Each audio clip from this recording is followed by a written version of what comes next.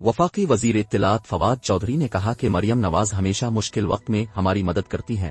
ہم پر جب بھی کوئی مشکل وقت آتا ہے مریم نواز بے تک حرکت سے ہماری مدد کر جاتی ہے. اسلام آباد میں میڈیا بریفنگ میں فواد چودھری نے مریم نواز کو سیاسی بونا قرار دے دیا. خیبر پختونخوا میں انتخابات ہارنے کی وجہ اپنے انتظامی مسائل کو قرار دیا. کہا کہ انتظامی وجوہات کی بنا پر پی کا بلدیاتی انتخاب ہارے. ہماری غلطیوں کی وجہ سے UI F جیت گئی. TLP اور JUI جیسی جماعتوں کے اوپر آنے سے پاکستان نیچے جائے گا. مولانا فضل الرحمان کا اقتدار میں آنملک کی بدقسمتی ہوگی. فواد چودھری نے بتایا کہ آٹو سیکٹر کی فروخت میں ریکارڈ اضافہ ہوا ہے. اس وقت پاکستان میں 2,40,000 گاڑیاں بن رہی ہیں.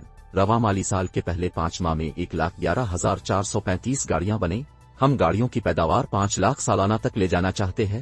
بینکوں کی جانب سے 338 ارب روپے کار فنانسنگ میں دیا گیا ہے. ان کا کہنا تھا کہ کابینہ کے اجلاس میں EVM سے متعلق بات کی گئی. الیکشن کمیشن EVM مشینوں سے متعلق ٹینڈر جاری کرے.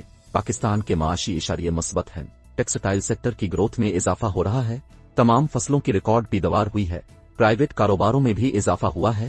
34 ارب روپے IPPs کی پیمنٹ کی ہے. ملک میں روزگار کے مواقع پیدا ہو رہے ہیں. 85% موٹر سائیکلیں پاکستان میں ہی تیار ہو رہی ہیں.